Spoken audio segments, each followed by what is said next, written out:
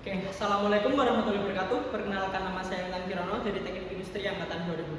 Di sini saya akan mempresentasikan sedikit mengenai artikel saya yang berjudul Usulan Perbaikan Penjadwalan Mesin Stamping dengan Metode Job-Job Aktif guna Meminimasi Work in Process atau WIP pada PT Bumda Karya Teknik.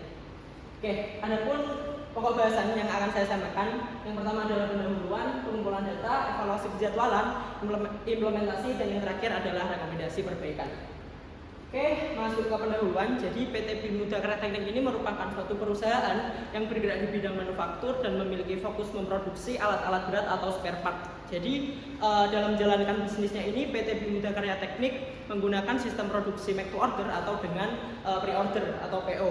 Nah, setelah saya melakukan studi lapangan, didapatkan ada dua permasalahan inti. Yang pertama adalah penjadwalan yang belum efektif ditandai dengan adanya barang-barang WIP pada kondisi aktualnya. Kemudian yang kedua adalah member produksi kesulitan memahami penjadwalan. Hal ini ditandai dengan member produksi itu menjalankan tugasnya setelah mendapatkan instruksi dari leader PPIC. Oke, adapun tujuan penelitian saya yang pertama adalah mengevaluasi penjadwalan PPIC, kemudian membandingkan output penjadwalan PPIC dengan metode job shop, dan yang terakhir membuat rekomendasi format penjadwalan yang baru. Oke.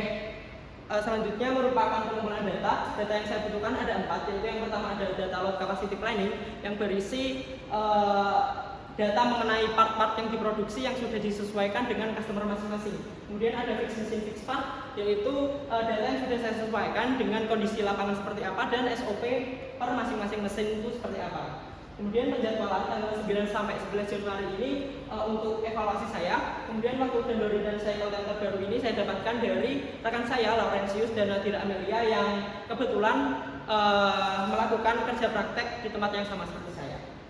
Oke, selanjutnya adalah pengolahan data. Asumsi yang saya gunakan yang pertama adalah operator bekerja dalam keadaan normal. Kemudian seluruh mesin siap digunakan pada T sama dengan 0, job yang sedang diproses pada suatu mesin tidak boleh dipotong oleh job lain. Kemudian yang terakhir adalah urutan job awal siap diproses pada T sama dengan 0. Oke, masuk ke pengolahan data selanjutnya, evaluasi penjadwalan, yaitu dengan membandingkan metode penjadwalan PPIC dengan penjadwalan delay dan non-aktif. Di sini didapatkan gancet metode PPIC tanggal 9 Januari. Untuk max-nya atau seluruh pekerjaan itu selesai dalam waktu 10,2 jam. Kemudian untuk idle time-nya 19 jam ditandai dengan adanya gancar yang kosong pada masing-masing mesin. Kemudian untuk waiting time-nya ini 3 jam ditandai dengan adanya tanda panah yang menghubungkan operasi satu dengan operasi lainnya. Dan yang terakhir itu didapatkan WIP atau barang setengah jadi 2 part, yaitu di part bumper A dan engine 9A. Oke, selanjutnya adalah pengolahan data menggunakan metode job shop. Jadi penjadwalan yang sudah dibuat oleh PPIC ditransformasikan menjadi struktur job seperti ini. Kemudian dari struktur job itu dirincikan lagi menjadi routing dan production time. Untuk cara membacanya, pada tabel paling atas itu artinya job 1 operasi kedua dilakukan pada mesin A4 dan membutuhkan production time atau waktu produksi sebesar 1,3 jam.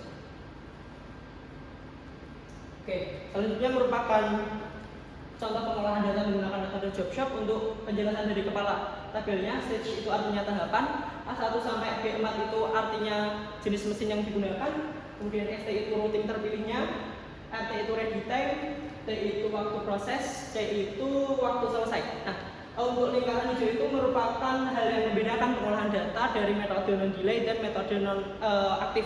Jadi kalau non-delay itu dia memprioritaskan waktu proses tercepat, sedangkan kalau aktif itu dia memprioritaskan waktu selesai tercepat. Oke. Selanjutnya rekap 3 metode penjadwalan. Dari ketiga metode perhitungan itu ada 4 aspek yang dipertimbangkan. Yang pertama adalah WIP, kemudian max span, waiting time, dan idle time. Nah, dari ketiga metode penjadwalan ini didapatkan metode aktif lah yang paling optimal dengan WIP 1 part, max span 8,3 jam, waiting time 3 jam, dan idle time sebesar 14,9 jam. Nah, jadi metode aktif ini akan coba diimplementasikan pada tanggal-tanggal selanjutnya. Untuk asumsi yang digunakan pada contoh pengimplementasiannya, untuk tahapannya, yang pertama ada menentukan part yang akan diproduksi, kemudian kuantitas produksi, mesin yang digunakan, production time, dan yang terakhir adalah melakukan pengolahan data dengan metode terpilih yaitu job shop.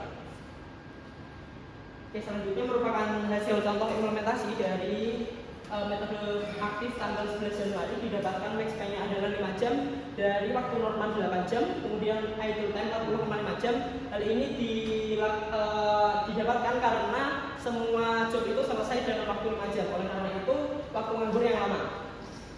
Kemudian waiting time-nya 1,8 jam, dan yang terakhir tidak didapatkan barang dengan kondisi BIP atau setengah jam.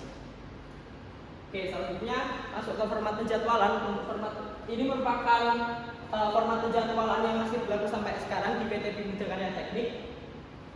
Next. Oke, ini merupakan rekomendasi format penjadwalan dari saya.